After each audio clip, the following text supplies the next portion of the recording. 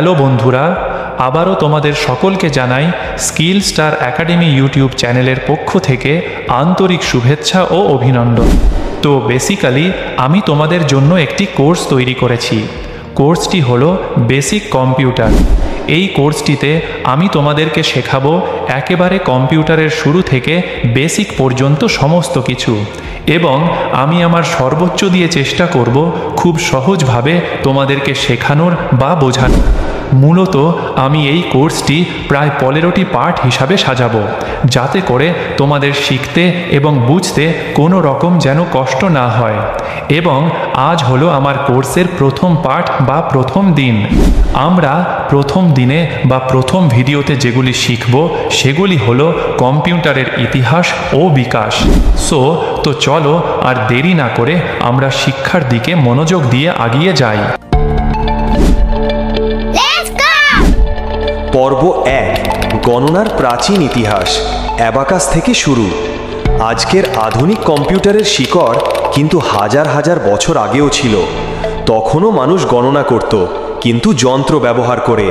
প্রাচীন ব্যাবিলন ও চীন দেশে অ্যাবাকাস নামে একটি কাঠের ফ্রেম ছিল, যেটার দেখতে ছিল এই রকম। তাতে গুটি গুটি বসানো থাকতো, যেমনটা ছবিতে আমরা দেখলাম। মানুষ গুটি সরিয়ে যোগ বিয়োগ করত। এটা ছিল পৃথিবীর প্রথম গণনা যন্ত্র। পর্ব 2, যান্ত্রিক যুগ, প্যাস্কেল ও লেইবনিজ। 17শো শতাব্দীতে গণনার কাজ আরও সহজ করতে শুরু হয় যান্ত্রিক যুগ। 1642 সালে ব্লেস প্যাস্কেল নামে একজন মাত্র 18 বছর বয়সে তৈরি করেন একটি যন্ত্র, প্যাস্কেলাইন, যেটির দেখতে ছিল এই রকম, যেটা স্বয়ংক্রিয়ভাবে যোগ বিয়োগ করতে পারত। তারপর লেইবনিজ নামক একজন বানালেন এমন একটি যন্ত্র যা গুণ ও ভাগও করতে পারত। এই যন্ত্রগুলো ছিল ছোট মেশিনের মতো, ঘুরিয়ে ঘুরিয়ে সংখ্যা দেওয়া হতো। তবে এগুলো তখনও পুরোপুরি কম্পিউটার ছিল না, ছিল ক্যালকুলেটর টাইপ। পর্ব 3, চার্লস ব্যাবেজ ও প্রথম প্রোগ্রামার অ্যাডা লাভলেস। তারপর এলেন কম্পিউটারের আসল জনক, চার্লস ব্যাবেজ। চার্লস ব্যাবেজ নামে একজন 1837 সালে পরিকল্পনা করেন অ্যানালিটিক্যাল ইঞ্জিন নামের একটি যন্ত্র তৈরি করার, যেটি দেখতে ছিল অনেকটা এই রকম।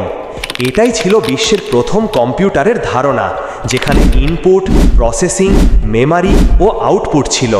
তিনি সেটি শেষ করতে পারেননি, কিন্তু তার ধারণার ভিত্তিতেই আজকের কম্পিউটার গড়ে উঠেছে। আর এই যন্ত্রের জন্য প্রোগ্রাম লিখেছিলেন একজন নারী, যার নাম ছিল অ্যাডা লাভলেস। তাকে বলা হয় বিশ্বের প্রথম প্রোগ্রামার। তিনি বুঝেছিলেন কম্পিউটার শুধু সংখ্যা নয়, গান, ছবি, এমনকি ভাবনাও বোঝাতে পারবে। পর্ব 4, এনিয়াক, প্রথম ইলেকট্রনিক কম্পিউটার।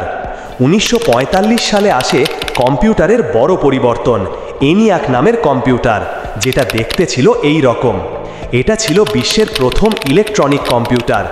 এর আগে যেসব যন্ত্র ছিল সেগুলো যান্ত্রিক, কিন্তু এনিয়াক চলত বিদ্যুতে। এটা ছিল 30 টন ওজনের বিশাল যন্ত্র, অনেক বড় ঘর জুড়ে থাকত এবং হাজার হাজার টিউব দিয়ে কাজ করত। তবে এর গতি ছিল আগের যে কোনো গণনা যন্ত্রের চেয়ে অনেক গুণ বেশি। এই সময় কম্পিউটার কেবলমাত্র বিজ্ঞানী ও মিলিটারি কাজে ব্যবহার করত, সাধারণ মানুষের কাছে ছিল না। পর্ব 5, কম্পিউটারের 5টি প্রজন্ম। কম্পিউটারের বিকাশকে 5টি জেনারেশন বা প্রজন্মে ভাগ করা হয়। 1, প্রথম প্রজন্ম, 1940-1956। এনিয়াকের অত টিউব ব্যবহার হতো, অনেক গরম হতো, ধীর গতি ছিল।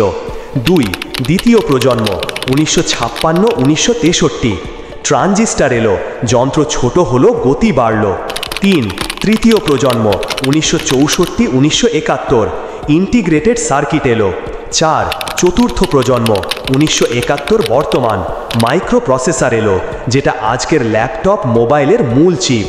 5, পঞ্চম প্রজন্ম, বর্তমান ভবিষ্যৎ, আর্টিফিশিয়াল ইন্টেলিজেন্স, কৃত্রিম মেধা, যেখানে কম্পিউটার নিজে সিদ্ধান্ত নেয়। পর্ব 6, আজকের স্মার্ট কম্পিউটার ও ভবিষ্যৎ। আজ আমরা যেটা হাতে রাখি, স্মার্টফোন, ল্যাপটপ, এগুলোই ছোট কম্পিউটার। আর এখনকার কম্পিউটার শুধু ক্যালকুলেটর নয়, এটা গান শোনায়, ভিডিও চালায়, গেম খেলায়, মানুষ চিনে ফেলে, ভাষা অনুবাদ করে দেয়।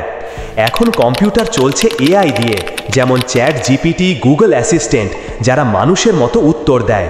ভবিষ্যতে কম্পিউটার আরও স্মার্ট হবে, হয়তো মানুষের আবেগও বুঝবে, মানুষের মতোই সিদ্ধান্ত নেবে। মনে রাখবেন, কম্পিউটার শুরু হয়েছিল গুটি দিয়ে, আজ চলছে কৃত্রিম বুদ্ধিমত্তা দিয়ে। সময়ের সাথে এটি শুধু যন্ত্র নয়, হয়ে উঠেছে মানুষের সহচরী। আরও অনেক কিছু দেখা বাকি আছে। এমনকি এটাও আশা করা যায়, পরবর্তীতে কম্পিউটার সম্পূর্ণ দেশটাকে, এমনকি শুধু দেশ না, পুরো পৃথিবীটাকে বদলে দেওয়ার ক্ষমতা রাখবে। সো আমার মনে হয় আমাদের সকলকে কম্পিউটার শিখে রাখা অতি গুরুত্বপূর্ণ এবং প্রয়োজন। তো বন্ধুরা, এই ছিল কম্পিউটারের ইতিহাস ও বিকাশ নিয়ে আজকের আলোচনা। ভিডিওটি ভালো লাগলে অবশ্যই লাইক, শেয়ার এবং সাবস্ক্রাইব করতে ভুলবেন না। আর কোনো রকম বুঝতে অসুবিধা হলে কমেন্টে জানান। ধন্যবাদ। দেখা হবে পরের পার্টে বা পরের ভিডিওতে। তত সময় ভালো থাকুন, সুস্থ থাকুন আর পরের ভিডিও পর্যন্ত অপেক্ষা করুন।